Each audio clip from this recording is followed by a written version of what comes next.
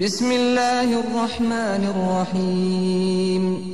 فإذا قضيت الصلاة فانتشروا في الأرض وابتغوا من فضل الله واذكروا الله كثيرا لعلكم تفلحون وإذا رأوا تجارة أو لهوا انفضوا إليها وتركوك قائما قل ما عند الله خير من اللهو ومن التجارة والله خير الرازقين.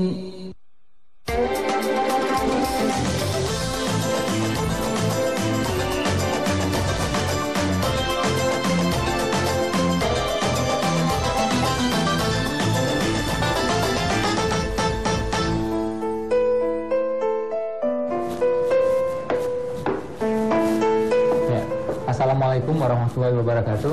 Selamat pagi teman-teman. Pagi ini kita akan membahas tentang konsep kesederhanaan, ya. Jadi menurut saya hidup itu tidak boleh sederhana. Sekali lagi saya ulang, hidup itu tidak boleh sederhana. Hidup itu mesti hebat, dahsyat, luar biasa, ya. Nah, sederhana itu dalam bersikap. Sederhana itu dalam bersikap. Jadi kita punya prestasi banyak, punya harta boleh jadi juga banyak. Pengaruh juga di mana-mana, ya. Nama juga dikenal di mana-mana, tapi sikapnya tetap sederhana. Nah, coba bayangkan yang terjadi adalah yang sebaliknya misalnya, ya. Harta nggak jelas, amal nggak jelas, prestasi juga nggak jelas, nama juga nggak jelas. Nah, ini bukan sederhana namanya, ini apa adanya namanya, ya. Jadi hidup mesti hebat, dahsyat, luar biasa. Sederhana itu dalam bersikapnya, oke? Sejarah syarat dengan contoh-contoh kesederhanaan. Kita lihat seperti Abdurrahman bin Auf, ya. Dia adalah orang terkaya di zaman Nabi, tapi sederhananya juga luar biasa, ya. Penampilannya tidak ada bedanya dengan budaknya, gitu, ya. Umar, ya, dia memiliki 70.000 ladang, tapi dia punya baju ya sekitar 3 atau 5 saja, gitu. Jadi kaya tapi sederhana. Ini yang saya ingin garis bawahi, bahwa sederhana bukan berarti miskin. Sederhana tidak harus miskin. Orang kaya pun bisa sederhana, ya. Orang yang memiliki pengaruh yang luas, orang yang gelarnya tinggi pun bisa sederhana. Jadi bukan berarti sederhana itu kita harus pas-pasan, tidak. Oke? Jadi kayak Umar tadi kan, ladangnya banyak gitu. Kita lihat juga Utsman, ya, dia memiliki ladang sepanjang wilayah Aris dan Khaybar. Nah, tapi sikapnya tetap sederhana. Bahkan Nabi Muhammad sekalipun, ya, dia kaya. Siapa bilang Nabi itu miskin gitu. Cuma sikapnya sederhana, ya, sikapnya sederhana. Makanya kita lihat alas tidurnya biasa aja, ya, pakai pelepah daun aja. Bajunya juga kadang-kadang tambal-tambal, oke. Terus juga kita lihat makanannya kadang-kadang nggak ada. Kenapa? Bukan dia tidak punya makanan, dia punya makanan. Dia kasih ke orang, dia sedekahin ke orang, dianya berpuasa, ya. Jadi sederhana bukan berarti kita harus miskin, bukan berarti kita nggak punya apa-apanya, oke.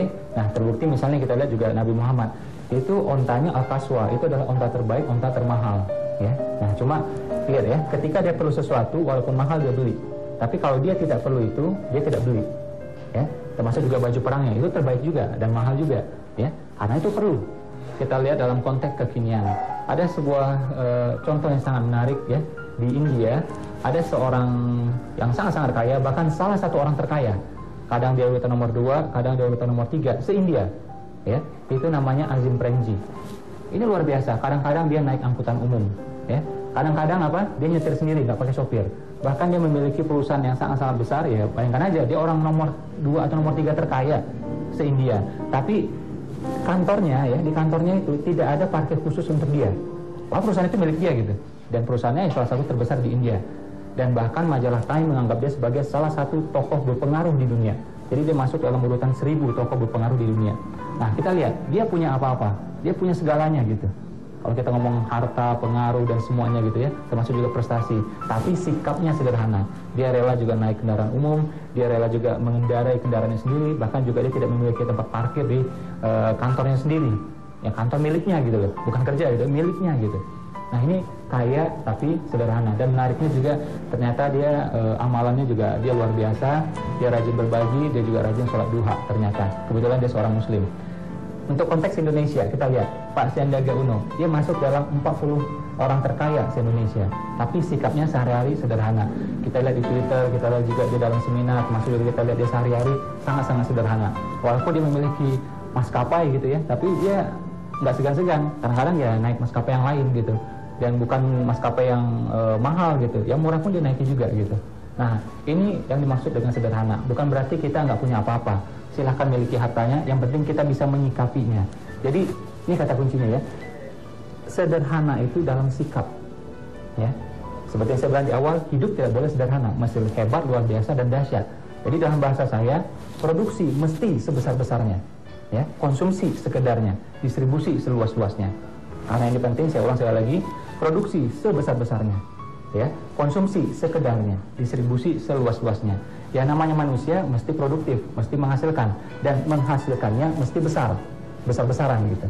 Tapi pas giliran make nih buat diri sendiri, nah kita sekedarnya saja ya, sekedarnya saja. Nah giliran distribusi seluas-luasnya. Jadi ada selisihnya kan, karena kita produksinya besar, konsumsinya sekedarnya aja, jadi ada selisihnya luar biasa gitu.